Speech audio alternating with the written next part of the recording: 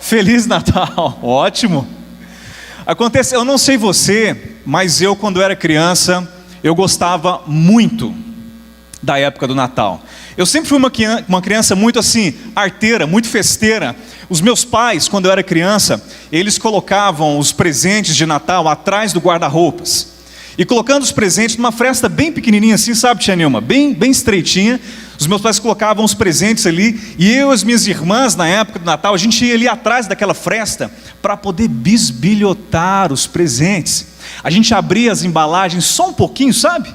E aí, Ricardo, o que a gente fazia? A gente verificava se o presente era exatamente aquele que a gente pediu. Olha para você ver. A gente amava aquele momento de desvendar os presentes. E aí, Betão, o que a gente fazia? A gente armava a árvore de Natal em novembro. Não sei você, mas lá em casa a árvore já estava montada em novembro. E ela só era desmontada depois do carnaval. A gente amava colocar as bolinhas na árvore e era tudo muito mágico. A comida, o cheiro da comida do Natal, a família toda reunida, isso para nós era mágico.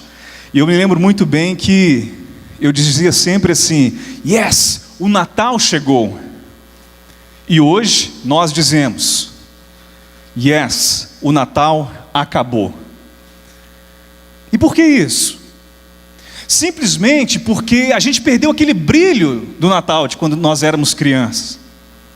E hoje é tudo muito tumultuado. Para você que trabalha numa empresa, o fim de ano significa entregar aquele projeto no trabalho, preencher relatórios e mais relatórios, e se você estuda, isso quer dizer o final do semestre letivo, são provas e mais provas para serem entregadas. E para aqueles que trabalham no comércio, nós temos aí a Black Friday, aquela loucura do comércio, e tudo é muito tumultuado. E verdadeiramente para nós o Natal tem se tornado um cansaço, uma correria, embuchados com a comida do Natal, e nos esquecemos o que verdadeiramente é o Natal, porque é muito fácil nos distrairmos com as luzes, é muito fácil nos distrairmos com a árvore de Natal. Nada contra a árvore de Natal, mas quando ela toma a centralidade da cruz dentro dos lares, aí nós temos um problema. E não bastasse isso, temos também aí o problema, Ed e João, passe para a gente por favor, o problema da mídia. A mídia cria para a gente um brilho falso, de que nós devemos comprar e comprar e comprar, e muitas das crianças acham que o Natal é isso aí, ó, Papai Noel. E quem vê esse Papai Noel aí, ou aquele urso polar, quem é da época vai se lembrar bem, né? Sempre Coca-Cola, não é? Quem é da época se lembra disso? Não é? Então assim, queridos, a mídia nos fez acreditar que o Papai Noel é a essência do Natal, e que a árvore é a essência do Natal, quando Cristo de fato é. E eu explicando isso para o meu filho, ele entra meio que em paranoia, porque querendo ou não, o mundo mostra para ele que o Natal é Papai Noel. E eu luto com ele dizendo: não, filho, o Natal é Jesus, Deus veio a nós. E trabalhamos isso de uma forma lúdica para que ele entenda, mas percebam que a mídia procura roubar o lugar de Cristo, e a árvore de Natal procura roubar o lugar da cruz. O mais importante, o pior de tudo, é que quando isso acontece, quando isso acontece na igreja, isso é um grande problema.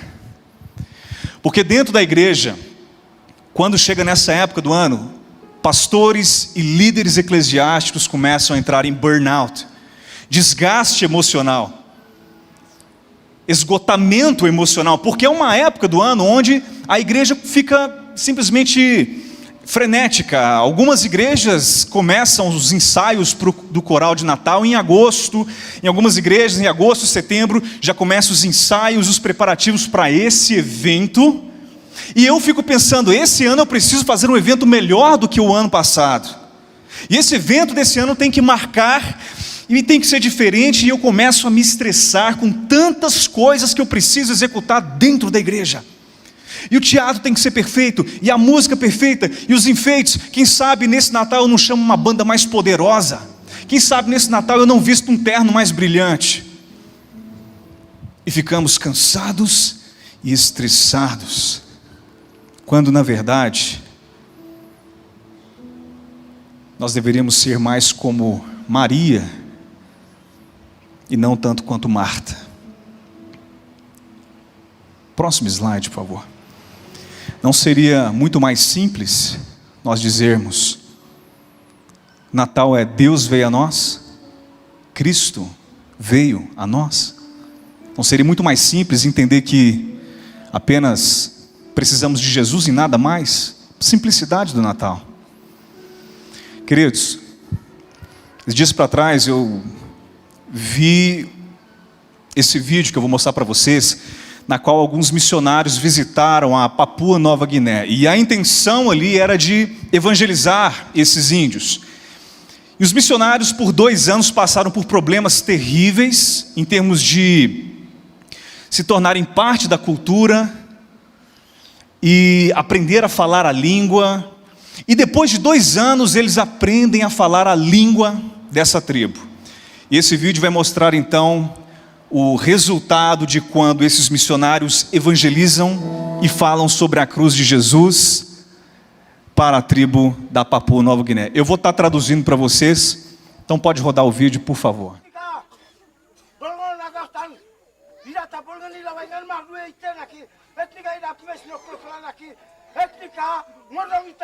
Village believer stating that he too believes that Christ has paid for his sins.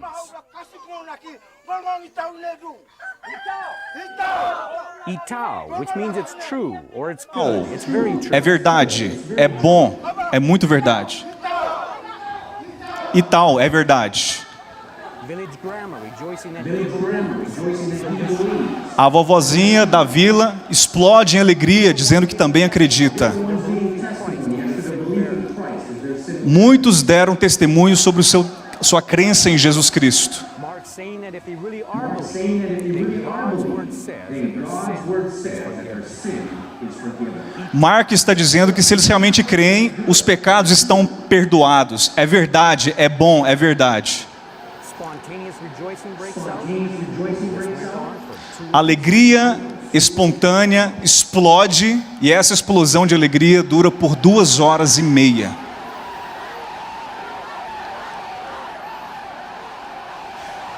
2 horas e meia de explosão de alegria. Nós não vamos ficar aqui assistindo esse vídeo 2 horas e meia, ok? Então, Ed, João, pode voltar para a gente nos slides, por favor. Está vendo isso?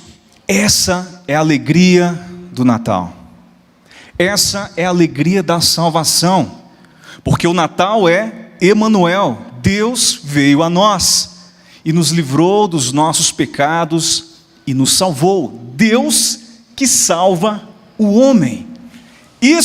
Essa é a alegria do Natal. Percebe que é por isso que nós estamos aqui? Para celebrar essa alegria da salvação que nos abraçou. Agora, o mais importante, Ed, é que tudo aquilo que tem a propriedade de nascer, próximo slide, por favor. Tudo aquilo que tem a propriedade de nascer, tem a propriedade de morrer. Você pode repetir isso, por favor? Tudo. Mais uma vez, tudo,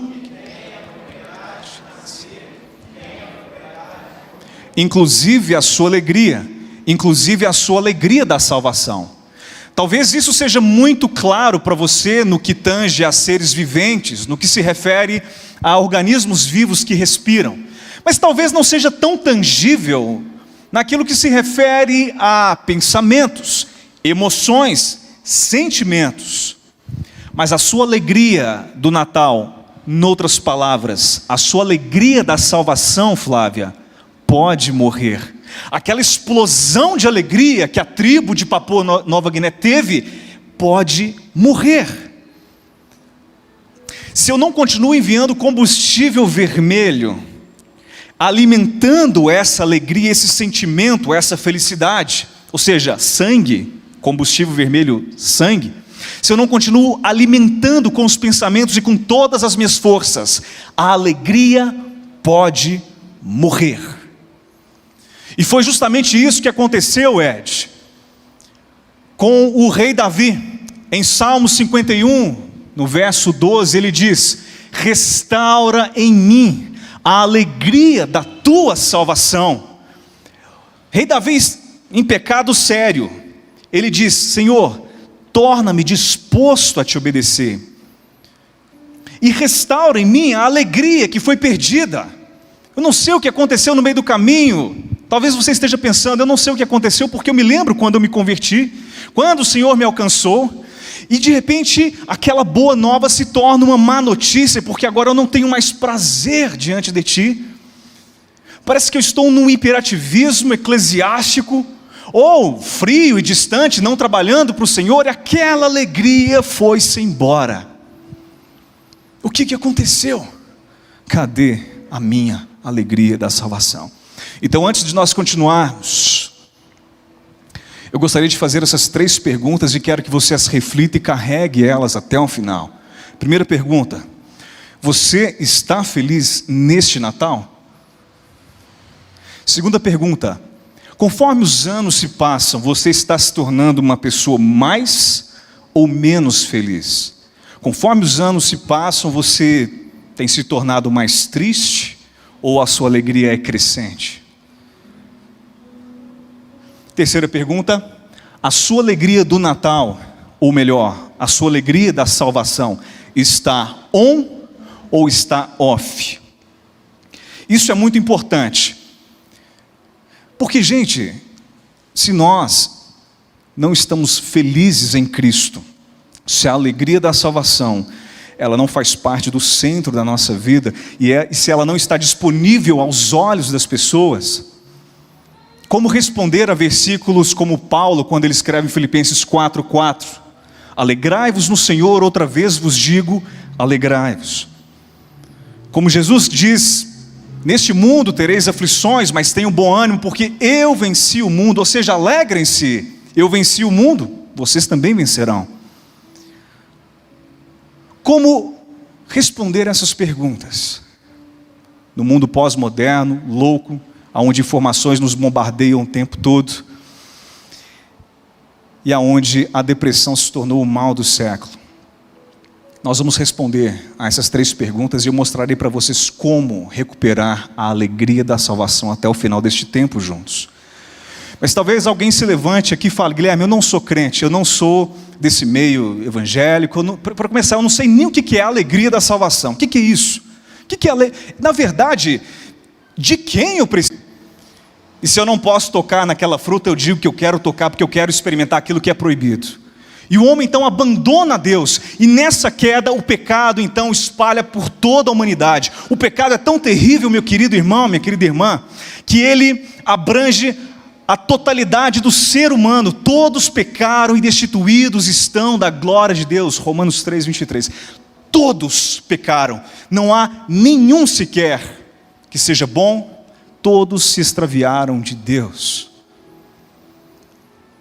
E o pecado não apenas atingiu a totalidade do ser humano, a horizontalidade do ser humano, mas também toda a verticalidade, a maior profundidade possível. O pecado destruiu ou corrompeu as nossas faculdades. E todos nós estamos comprometidos, nós não conseguimos escolher a Deus se não houver um toque do Espírito Santo. E uma vez que Ele nos toca, nós podemos dizer: sim, eu te quero, ou não, não te quero. E a partir desse momento nós temos a oportunidade de sermos, redimidos no Senhor. E é exatamente aqui aonde Deus prepara uma família que através de Abraão e ao longo dos tempos vai redimindo toda a terra, todo o universo.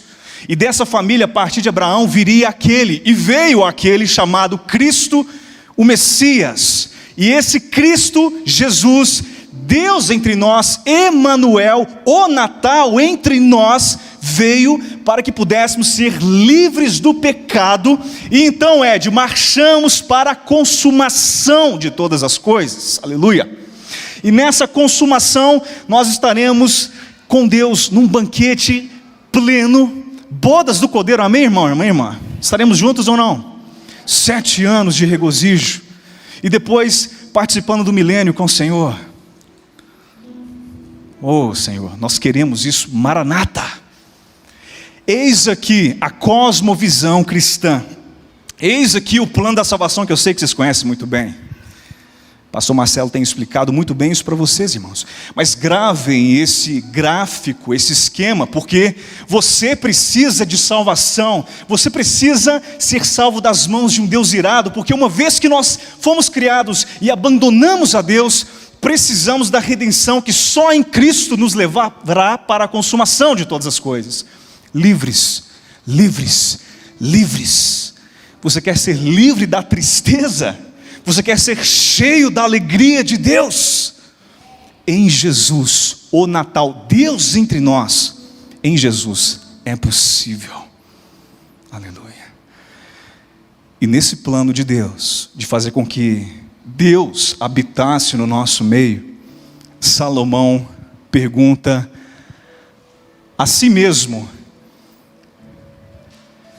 quando Deus decide habitar entre nós. Quando Salomão estava inaugurando o templo, ele diz: contudo, será possível que Deus habite na terra? Nem mesmo os mais altos céus podem contê-lo, muito menos este templo que eu construí. Como que Deus, o Deus do universo, poderia habitar entre nós? E Deus então habita primeiramente no tabernáculo. Em Êxodo capítulo 40, verso 34. Nós vemos que o tabernáculo ele era cheio da Shekinah de Deus, e quando a presença de Deus vinha, uma nuvem tomava conta do tabernáculo. Os sacerdotes não conseguiam ministrar tamanha glória de Deus. E isso também, um slide anterior, Ed, por favor. E não apenas, no próximo slide, para frente, deve ter tirado. Não apenas no tabernáculo, mas também no templo.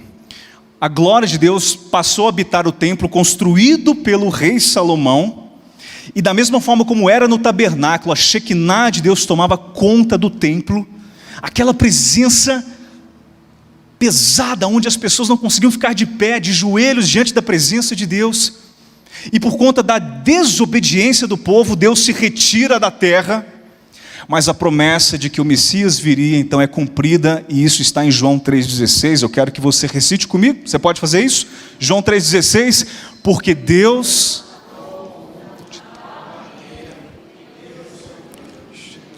para que todo aquele que nele crê não pereça, mas tenha a vida eterna. Deus enviou o seu Filho. Deus entre nós. E aí eu faço essa pergunta para você: você nunca ficou impressionado, ou será que você nunca ficou perplexo pelo fato de um bebê, Deus ter vindo como um bebê no meio de nós? Isso é de deixar os cabelos em pé. Jesus se fez carne e veio como um bebezinho. Precisou aprender a Torá, precisou ser limpado pela mamãe Maria, quando ele fazia o número 2. Engraçado que existem um grupo de cristãos que dizem adorar a um Jesus bebê. Só que Jesus não é um bebê mais, gente. Jesus cresceu. Como Paulo diz, por exemplo, lá em Filipenses capítulo 2, versos 5 a 8. Ele vai chamar de Jesus, que é o Jesus sofredor chamado por Isaías 53, o homem de dores, aquele que sabe que é padecer. Diz assim Filipenses capítulo 2, verso 5. Tenham a mesma atitude demonstrada por Cristo Jesus. Embora sendo Deus, não considerou que ser igual a Deus fosse algo a que devesse se apegar. Em vez disso, esvaziou de si mesmo, assumiu a posição de escravo e nasceu como ser humano. Quando veio em forma humana, humilhou-se e foi obediente até a morte, e morte de cruz. Aqui Paulo está dizendo sobre aquele termo, que nós chamamos de kenosis. A kenosis é o esvaziamento, a forma como Jesus se humilhou, se esvaziou de si mesmo para que ele se tornasse um de nós. Acontece, está aqui a bateria vazia, porque você vai sempre lembrar disso. esvaziou-se de si. Então, kenosis é o esvaziamento. Jesus veio entre nós e esvaziou-se de si, ou seja, ele deixou a sua glória, deixou a sua divindade, a sua autoridade, o seu poder como Deus, para se tornar um de nós, Deus homem, entre nós, ainda Deus, mas sem a sua glória, se fez como um servo sofredor, se tornou maldição por nós, e foi crucificado e pregado na cruz. Dias para trás eu fui a um hospital com meu filho, e lá estava numa cruz um Jesus fraco, débil, pálido, parecia um grilo pregado na cruz, tipo um louva-a-Deus assim. Esse não é o Jesus que nós adoramos hoje. Esse não é o Cristo que nós servimos. Ele não é um bebê, não é um Deus que veio e se tornou um bebê e permanece um bebê na qual nós adoramos. Nós não adoramos aquele Cristo fraco pregado na cruz, magérrimo. Não, não, não. Você precisa entender e abrir os seus olhos para que essa alegria da salvação tome conta de você. Você precisa entender qual é o Cristo Deus que nós adoramos hoje. E ele é descrito em João. Vamos lá, Ed. João, veja como esse servo sofredor, descrito por Paulo, agora é descrito por João, em Apocalipse capítulo 1, verso 12. Acompanhe comigo. Quando me voltei, olha a visão que João teve em Patmos, do Cristo glorioso, esse Cristo a qual está aqui nessa noite, entronizado aqui também. Quando me voltei para ver quem falava comigo, vi 7 candelabros de ouro, e em pé entre eles havia alguém semelhante ao Filho do Homem. Vestia um manto comprido com uma faixa de ouro sobre o peito. Aqui está Cristo como rei e sacerdote. Você adora um Cristo rei e sacerdote nessa noite. A cabeça e os cabelos eram brancos como a lã e a neve. Pode passar, Ed. A cabeça e os cabelos eram brancos como a lã e a neve. Isso demonstra a santidade de Deus, a eternidade de Deus, o ancião de dias. Deus, Cristo Deus. Próximo, e os olhos como chamas de fogo. Aqui, os olhos, Ed, como chamas de fogo, representa os olhos de Deus que a tudo perscruta, que tudo vê. Os olhos de um Cristo que sonda o seu coração nessa noite. Os pés eram como bronze polido, refinado numa fornalha. Ou seja, esses pés representam estabilidade, pés de bronze, força e estabilidade. Próximo, Ed. E a voz ressoava como fortes ondas do mar. Ninguém pode resistir ao Evangelho de Jesus Cristo. A voz do nosso Senhor Jesus Cristo é poderosa para quebrar os grilhões que te prendem nessa noite. Próximo. Mais um. Na mão direita tinha 7 estrelas. Isso representa como Cristo te segura nas suas mãos, como você está seguro nas mãos de Cristo. E nada pode te arrebatar das mãos de Cristo. Romanos 8, 35. Nem poderes, nem alturas, nem profundidade, nem qualquer outra criatura poderá te separar do amor de Deus que é Cristo Jesus, que está em Cristo Jesus. E da sua boca saiu uma espada afiada dos 2 lados. Essa é a palavra de juízo de Jesus. A face brilhava como o sol em todo o seu esplendor. Não mais a face daquele servo sofredor, mas agora a face de um rei soberano que reina sobre todo o universo. E João vai dizer: quando vi, caí a seus pés como morto. Aquele mesmo João que se debruçava no peito de Jesus, no ombro de Jesus, agora cai como morto diante dos pés de Jesus. Tamanha glória, tamanho poder e a força do Senhor Jesus. Ele, porém, colocou a mão direita sobre mim e disse: não tenha medo. Eu sou o primeiro e o último. Sou aquele que vive. Estive morto, mas agora vivo para todo sempre e tenho as chaves da morte e do mundo dos mortos. Cristo está dizendo: eu sou eterno, eu sou poderoso, eu não tenho fim de dias, eu sou o primeiro e eu sou o último, e eu venci a morte já não tem mais vitória sobre mim, e nem sobre você. Esse é o nosso Cristo glorioso. E talvez alguém entre pelas portas dessa igreja e diz: até que o culto está legalzinho. Talvez alguém saia daqui hoje e diga: mas sabe como é que é? Eu não gostei muito do louvor. Estava até gostosinho, delicinha, né? Culto delicinha, né? Gente, vocês entenderam qual é o Cristo que está entronizado aqui nessa noite? Como poderíamos simplesmente deixar ele passar desapercebido e falar: que culto gostosinho? Ou não gostei disso, ou não gostei daquilo? Gente, nós estamos adorando a Cristo Rei, o mesmo Cristo que João contemplou e foi descrito em Apocalipse. Então, retumba a pergunta: como ter de volta a alegria do Natal? Ou melhor, a alegria da salvação. A primeira chave para que nós possamos recuperar a alegria da salvação é respondida. Primeiro, nós precisamos, próximo slide, ter uma clara percepção de Jesus Cristo e da sua glória. Você precisa ver com os olhos de João. Você precisa pedir a Deus para que Ele arranque as escamas dos seus olhos, para que você possa vê-lo como Ele é, sublime, desejável.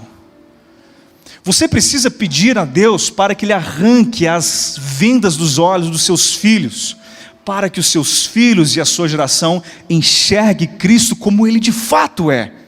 Porque o que nos falta é uma clara percepção de quem Ele é.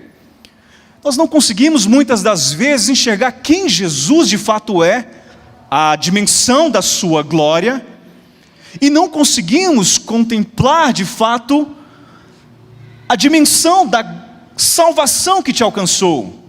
Então, além de nós termos uma clara percepção do Cristo glorioso, eu e você, para recuperarmos a alegria da salvação, precisamos de uma clara percepção da salvação que nos abraçou.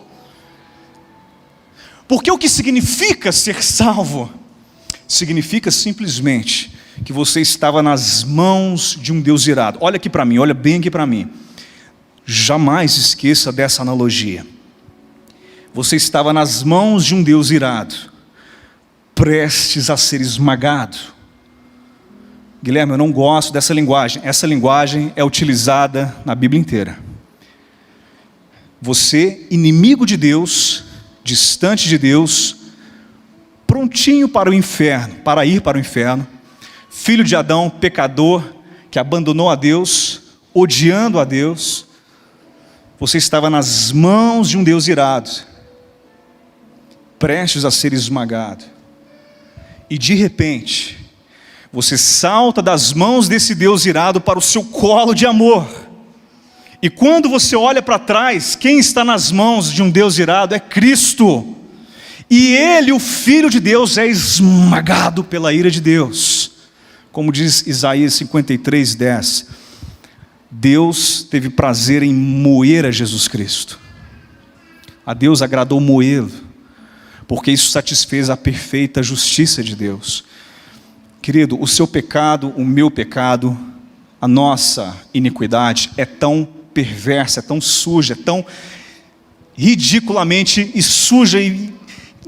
Queridos, você é tão corrupto e nós somos tão corruptos que essa corrupção fez com que Cristo fosse esmagado nas mãos de Deus. Compreende? Tamanho problema que o pecado trouxe para mim e para você. Cristo foi esmagado por Deus, agora eu estou no colo de um Deus que não apenas olha para mim e diz: filho, seus pecados estão perdoados em Jesus. Todo aquele que crê em Jesus, que confessa com a sua boca que Jesus é Senhor e Rei de sua vida, e todo aquele que passa a seguir a Jesus e se torna um discípulo de Jesus, está no colo de Deus, e agora Deus diz: você está salvo, bora para casa, filho. Uma vez prestes a ser esmagado, aos 45 do segundo tempo, eu fui salvo bem na hora. E você, que ainda não recebeu a Cristo, pode ser salvo bem na última hora. Para você que diz: Senhor, eu confesso, Jesus, Tu és o Cristo que me salva. eu vou te seguir. Deixo tudo para trás e te sigo. Você nessa noite pode experimentar a alegria do Natal. A alegria do Natal é a alegria da salvação. Pular das mãos de um Deus irado para o seu colo de amor e ir para casa. E quando você olha para trás, Jesus esmagado nas mãos de Deus. E ao terceiro dia, esse Jesus ressuscita. E hoje ele não está mais nas mãos de um Deus irado. Não. Assim como Estevão pôde contemplá-lo. Estevão disse: eu vejo alguém como filho do homem, um homem sentado à destra de Deus, lá está ele. E ele envia o seu Espírito que está entre nós nessa noite, através do Espírito Santo. Esse Espírito que te ajuda, que te santifica e que está te aperfeiçoando até aquele último dia da consumação. Essa é a alegria do Natal. O que você precisa é de uma clara percepção do Cristo glorioso e uma clara percepção da salvação que te abraçou, o que significa de fato ser salvo. Para refletir e praticar um pouco para você, reflita. Imagine se todos nós que estamos presentes aqui, imagine se cada membro dessa igreja tiver uma clara percepção do Cristo glorioso e uma clara percepção da glória da salvação que te abraçou. Uau, avivamento nessa igreja. Se cada um de nós entrássemos por essa porta, eu vou dizer assim, no futuro, se a partir de hoje cada um de nós entrarmos nos cultos realizados na IBCL e enxergarmos Cristo glorioso como João enxergou e dizer: Senhor, essa noite eu vou te adorar como nunca, porque eu estou vendo o Cristo glorioso. Com os olhos da fé eu posso contemplá-lo, e eu também estou me relembrando de que eu saí das mãos de um Deus irado e pulei para o seu colo de amor. Quão grande salvação me abraçou! Se cada um de nós fizermos isso, avivamento nesse lugar, avivamento na tua casa, avivamento no seu local de trabalho, lá na sua faculdade, aonde você pisar o pé, você leva o reino de Deus contigo, meu irmão. Mas lembre-se, o segundo ponto: tudo que tem a propriedade de nascer, tem a propriedade de morrer. Portanto, se você não injetar combustível vermelho, ou seja, sangue, se você não se lembrar dessa salvação que te abraçou, se você não se alimentar e não alimentar a tua mente com o Cristo glorioso que de fato você está adorando todos os dias, isso tem a propriedade de morrer. É exatamente isso que Paulo vai dizer lá em Romanos, capítulo 12, verso 2. Não vos amoldeis a este século, mas transformai-vos pela renovação da vossa mente, continuamente em gerúndio todos os dias. Está em gerúndio. Vocês precisam transformar, Paulo dizendo, a sua mente todos os dias, renovando a sua mente em Cristo. E como que nós renovamos a nossa mente em Cristo, nas promessas de Deus, renovar a nossa mente para que ela seja como a mente de Cristo? É o terceiro ponto. Renove a sua mente todos os dias por meio da Bíblia, oração e serviço aos irmãos. Primeiro ponto, Bíblia. A Bíblia, ela não é um quadro cinza sem graça pregado na parede. A Bíblia, na verdade, é uma janela que nos leva para os pensamentos de Deus, páginas e mais páginas de Deus, que nos diz o que Deus quer, os seus desígnios, os seus planos para mim e para você. Deus está estampado em cada página da Bíblia. Oração. Renove a tua mente todos os dias orando. A oração, o maior beneficiado na oração sou eu, é você. Porque é o Espírito Santo que nos conduz em oração. Já parou para perceber que às vezes você está orando e você vê um versículo vindo numa direção, e esse versículo de repente ele cruza a tua mente e você começa a orar aquele versículo bíblico? Ou você está orando num sentido, um propósito, e aí vem uma pessoa na sua mente, é o Espírito Santo te guiando em oração, querido. O Espírito de Deus te conduz em oração. E nós é quem somos moldados à imagem de Cristo, quanto mais oramos. E essa alegria toma conta de nós. Cereja do bolo, quando nós servimos aos irmãos. Relembrando as palavras de Jesus, Melhor é dar do que receber. Quanto mais nós damos, mais nós recebemos. Então está aí você, crente em Jesus, lendo a palavra de Deus todos os dias, renovando a sua mente nas promessas de Deus, conhecendo a vontade de Deus para a sua vida, orando e sendo guiado pelo Espírito Santo em oração, deixando Deus ministrar ao teu coração. É você quem fala, mas de fato é o Espírito que fala através de você em oração. E você servindo aos irmãos, você entra aqui nessa igreja e diz: quem eu posso servir nessa noite? Como eu posso ser útil? Deixa eu ajudar aqui, eu quero fazer parte do ministério. Estamos necessitando de alguém no ministério de crianças? Estou lá. Está precisando de alguém como professor? Estou lá. Está precisando de alguém lá na entrada? Estou aí. Eu estou aqui para servir. Eu não quero ser um consumidor no mundo de consumidores. Eu quero ser um doador no mundo de consumidores. Será que você pode ser um doador aqui nessa igreja? Doe seu tempo. Quanto mais tempo, recursos, dinheiro, energia você dá, mais preenchido com alegria você é. E dessa forma, a alegria do Natal, ou a alegria da salvação, é renovada em nossa mente, em nosso coração, por meio da palavra de Deus, por meio de oração e por meio do serviço aos irmãos. E último ponto, a alegria do Natal, ou a alegria da salvação, é o Emanuel.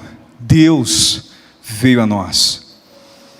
Existem muitas fontes por aí afora, muitas fontes que te convidam a beber dessa água salgada, dessa água que não sacia a sede. Você já tentou buscar alegria no seu casamento e você sabe que é impossível.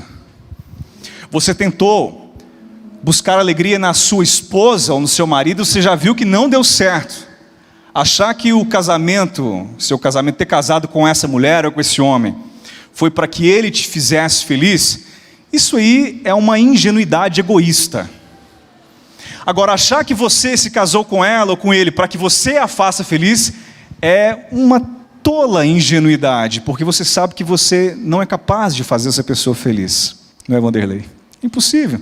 Nós não conseguimos fazer o nosso cônjuge feliz. Você já tentou ser feliz consigo mesmo, com o seu corpo. E você já reparou que os hormônios do seu organismo, o seu corpo não consegue responder aos desejos da sua mente? Você entra numa dieta e você quer que seu corpo se comporte assim, você entra na academia e você quer que seu corpo se comporte de tal maneira, você faz uma plástica, faz um exercício, faz alguma coisa, não sei, e o seu corpo simplesmente não corresponde aos seus desejos e você jamais será feliz consigo mesmo. Jamais será feliz com os títulos, com aquilo que você consegue ganhar no seu trabalho, com as conquistas da sua vida.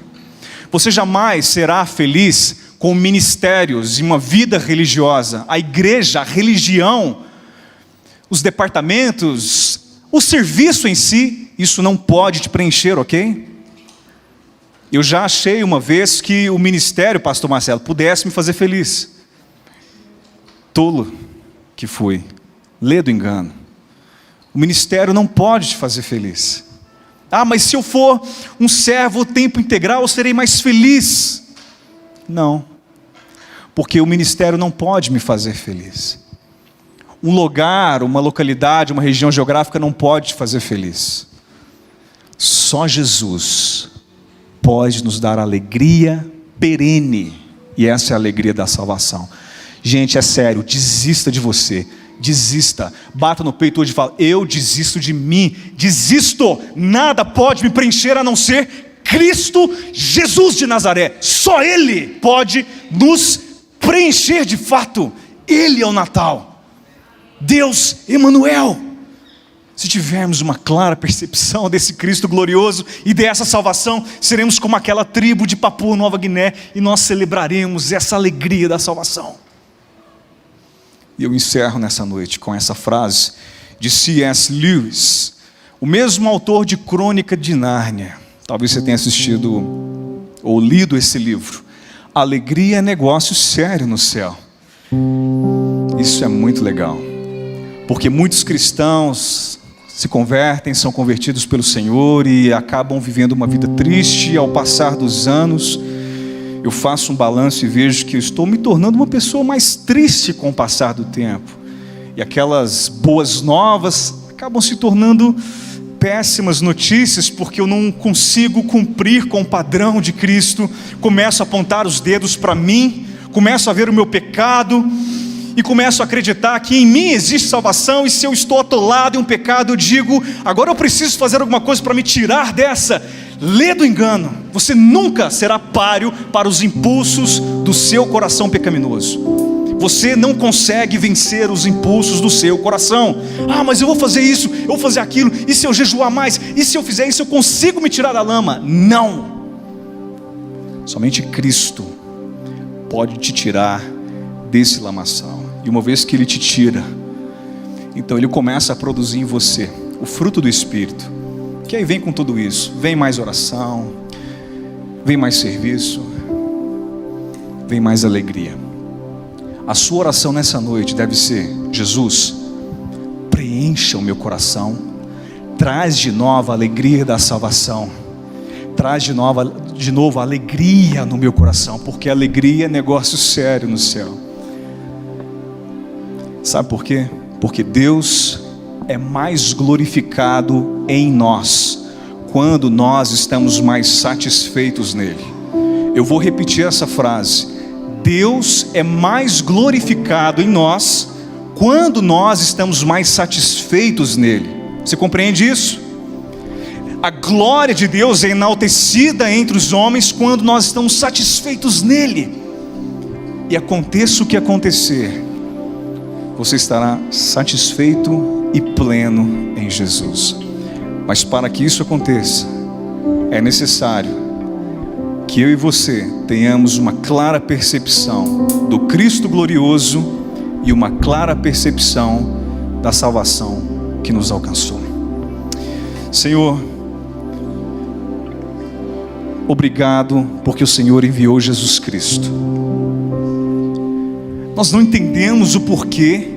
O Senhor simplesmente poderia ter nos descartado, mas não entendemos, mas nos deleitamos no fato do Senhor ter enviado Jesus Cristo para morrer no nosso lugar. Se tornou mais um de nós,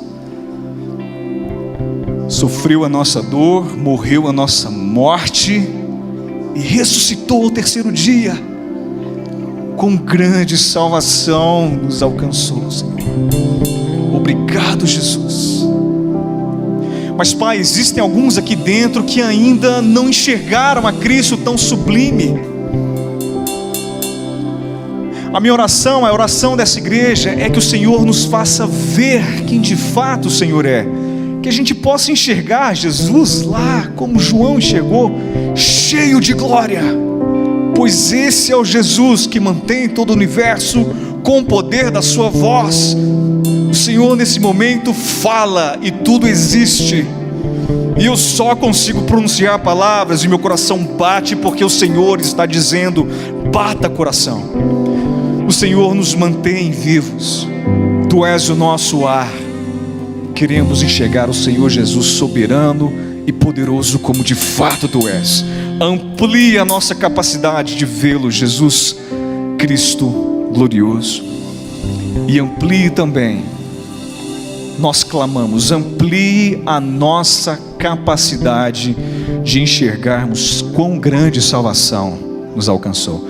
Que possamos enxergar como de fato estávamos diante do Senhor, condição de inimigos destinados à destruição, mas agora redimidos, reconciliados, filhos de Deus.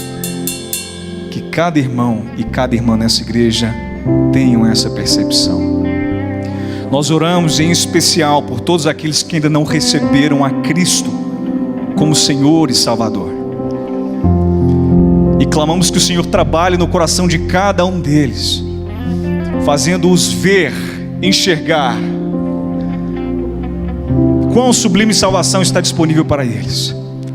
Trabalhe no coração desses nossos queridos. Abra o coração deles, para que eles possam dizer: sim, sim, eu quero a Cristo.